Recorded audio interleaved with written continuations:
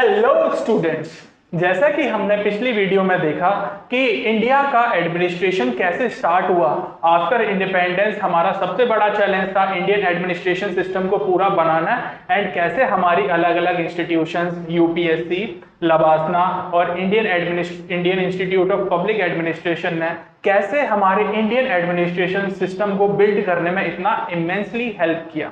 आज हम देखेंगे कि ये जो सिविल सर्विसेज का जो कॉन्सेप्ट था या यूनियन पब्लिक सर्विस कमीशन का जो कॉन्सेप्ट था, ये एक्चुअली में इंडिया के पास आया कहां से, क्या इसकी कोई कॉलोनियल लीगेसी है। आज हम उसी चीज के बारे में समझेंगे। और जो सबसे पहले हम देखेंगे कि ईस्ट इंडिया कंपनी, हमारे पास ब्रिटिशर्स आए 1600 में, 1600 में ब्रिटिशर्स इंडिया में आते हैं और वो एज अ ट्रेडिंग कंपनी बन के आते हैं कि बस हमें ट्रेड करना है और उनका मेन गोल रहता है प्रॉफिट ओरिएंटेशन का। बट बाय द टाइम वो अपना गोल चेंज करते हैं और धीरे धीरे करके वो हमारे पूरे इंडिया को एज अ कॉलोनी बना लेते हैं जहां से वो ज्यादा से ज्यादा गेन ले सके। वो हमारे यहाँ की गवर्नमेंट कंट्रोल करने लग जाते हैं, हमारी पूरी जो टेरिटोरियल पावर होती है, पूरी सोवरेनिटी होती है, हमारी पूरी फ्रीडम छीन लेते हैं एंड दे एस्टैब्लिश देमसेल्व्स, वो अपने आप को एज अ गवर्नमेंट इंडिया में स्थापित कर देते हैं। फिर उसके बाद क्या होता है कि जब गवर्नमेंट, ब्रिटिश गवर्नमेंट खुद को एस्टैब्लिश कर लेती है इंडिया में, तो उनके पास भी, क्या आपको नहीं लगता कि उनके पास भी यही सेम क्वेश्चन होगा कि अब हम इंडिया को एडमिनिस्ट्रेशन कैसे करें, हमारा इंडिया का जो इतना बड़ा एरिया है उसको संभाला कैसे जाए, इतने बड़े एरिया को संभाला कैसे जाए। उसको संभालने का एक चार्ल्स कॉर्नवालिस, उन्होंने एक आइडिया दिया। वो आइडिया कैसे आया वो मैं आपको बताता हूं। तो जब ईस्ट इंडिया कंपनी ने अपना गोल चेंज किया और वो एडमिनिस्ट्रेशन की तरफ देखने लगे, तो उसके बाद अपना ईस्ट इंडिया कंपनी ने अपना जो पूरा एडमिनिस्ट्रेशन था उसको 3 हिस्सों में बांटा। सबसे पहला हिस्सा जो था वो था military services, military services. Second was naval services and third was commercial activities. तो ब्रिटिश ईस्ट इंडिया कंपनी ने क्या किया, उन्होंने अपने जो पूरे एडमिनिस्ट्रेशन को उन्होंने 3 हिस्सों में बांटा। सबसे पहला हिस्सा जो भी वो सारे सोल्जर्स, उन सबको किस में इंक्लूड किया, मिलिट्री सर्विसेज में। ऐसी जो उनको अपनी नेवल पावर बनानी थी उस टाइम के लिए, उसमें जितने भी ऑफिसर्स थे they were all included into the naval services. And the third one, the most important is commercial services. इस कमर्शियल सर्विसेज में ब्रिटिशर्स के जो भी लोग हुआ करते थे उनको ही बोला गया सिविल सर्वेंट्स। सिविल सर्वेंट्स मतलब नौकरशाही, वो काम करते थे सारे कमर्शियल एक्टिविटीज का। कमर्शियल एक्टिविटीज मतलब कि यहां से बाहर सामान भेजना, हमारे इंडिया में टैक्स को उनसे वसूल करना, ये सब काम कौन करते थे, सिविल सर्वेंट्स काम करते थे। And this idea, the idea of civil servants was actually introduced by the Charles Cornwallis. Who was Charles Cornwallis, इसको बाद में देखेंगे हम। चार्ल्स कॉर्नवालिस, चार्ल्स कॉर्नवालिस कौन था, Charles Cornwallis is the governor general of India, governor general of India.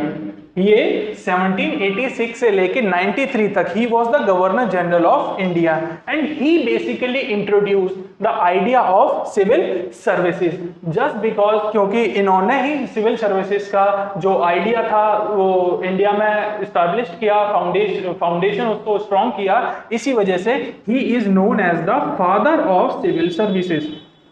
He is father of civil services, क्योंकि ये सब जो पूरा आइडिया था वो बिल्ड किसने किया, चार्ल्स कॉर्नवालिस ने।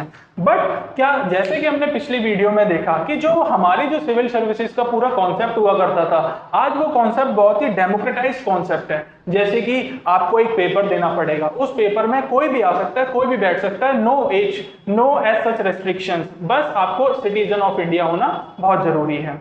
तो आप पेपर देंगे, पेपर के बाद आपकी ट्रेनिंग होगी and then you are the part of the civil services. But क्या उस टाइम पर भी ऐसा था? क्या आपको लगता है कि जो ब्रिटिशर्स हमें इंडिया को एज अ कॉलोनी लेते हो, क्या वो इंडिया को एक प्रॉपर अनपार्शियल जो चांस है सिविल सर्वेंट्स बनने का, क्या वो देंगे? कभी नहीं। उन्होंने कभी ऐसा किया ही नहीं। उन्होंने क्या किया, चार्ल्स कॉर्नवालिस जब आए तो उन्होंने पूरी सिविल सर्विसेज को 2 हिस्सों में बांटा। तो सिविल सर्विसेज उन्होंने, जो सिविल सर्विसेज की वो पोस्ट होती थी उनको इन्होंने दो हिस्सों में बांटा। सबसे पहले एक पोस्ट रखी गई higher post and second one is lower post. और जो सिविल सर्विसेज इनका जो, जैसे आज हमारा सिलवासना ट्रेनिंग सेंटर होता है, उस टाइम पर जो इन्होंने ट्रेनिंग सेंटर रखा था वो फोर्ट विलियम जो कि कहां पर है, जो कि आज कैलकाटा में है, वो इनका क्या था, ट्रेनिंग इंस्टीट्यूट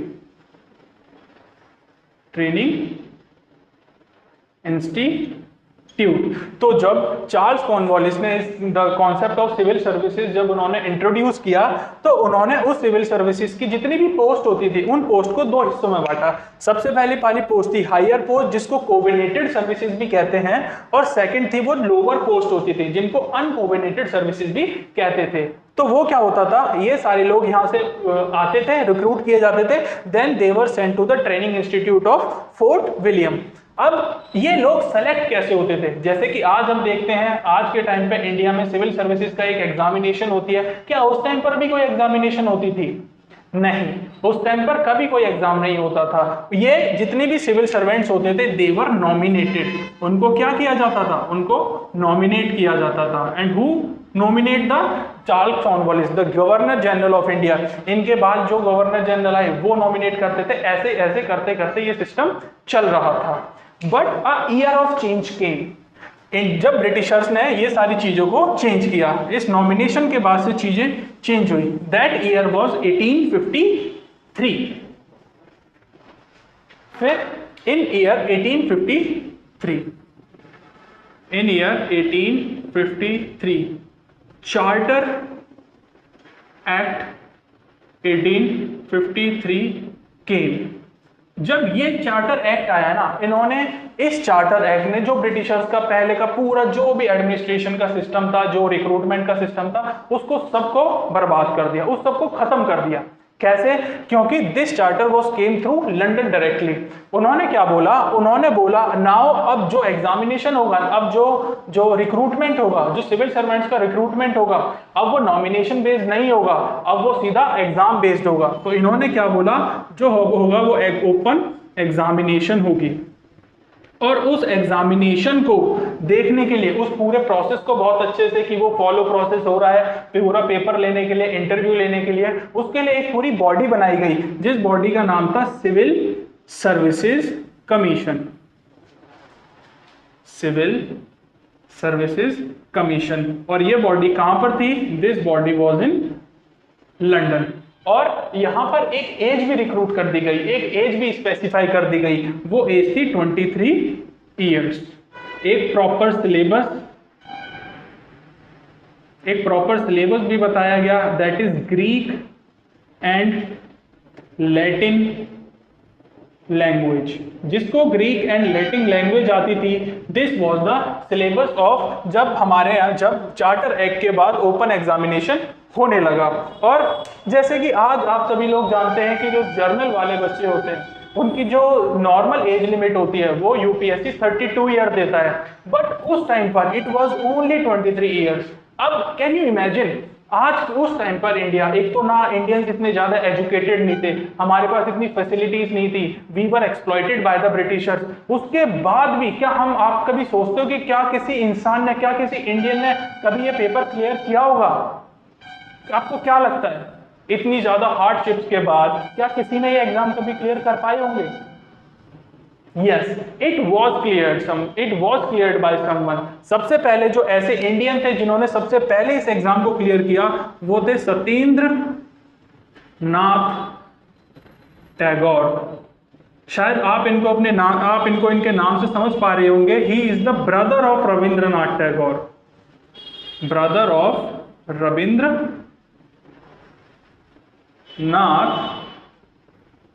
टैगोर। तो he was the first Indian जो कि जिन्होंने सिविल सर्विसेज एग्जामिनेशन को पूरा रिक्रूट किया, और लास्ट में इनकी जॉब भी लगी और इनको पोस्ट किया गया बॉम्बे में।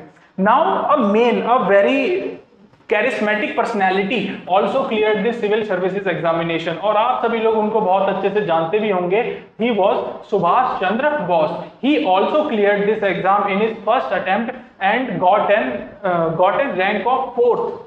He got 4th rank and later he resigned to join the Indian freedom movement. तो ये सब था कि हमारा जो सिविल सर्विसेज था, जो आज हम सिविल सर्विसेज का जो प्रोसेस आज आप देखते हो और इस प्रोसेस को देखते हो, तो क्या आपको ये नहीं लगता कि आज जो यूपीएससी जिस प्रोसेस को फॉलो करती है, जो वो प्रोसेस बहुत टाइम पहले ही कहीं ना कहीं स्टैब्लिश कर दिया गया था। वो प्रोसेस सिविल सर्विसेज कमीशन जो कि लंदन में एक कमेटी बनाकर इसको प्रपोज किया था, वो कहीं ना कहीं पहले से स्टैब्लिश हो चुका था। जी हाँ, आज जो यूपीएससी जो एक जिस प्रोसेस के थ्रू आज वो नए नए ऑफिसर्स को रिक्रूट करती है, जो वो नए नए ऑफिसर्स को ट्रेनिंग पे लेके आती है, ये जो सारा प्रोसेस है, ये प्रोसेस कहीं ना कहीं बहुत पहले ही स्टैब्लिश हो चुका था। इसी वजह से जो इंडियन सिविल सर्विसेज सिस्टम है उसको बोला जाता है कि it is even now following the legacy of colonising in India. मतलब जो लीगेसी, जो ब्रिटिशर्स अपनी सारी लीगेसी जो ब्रिटिशर्स यहाँ से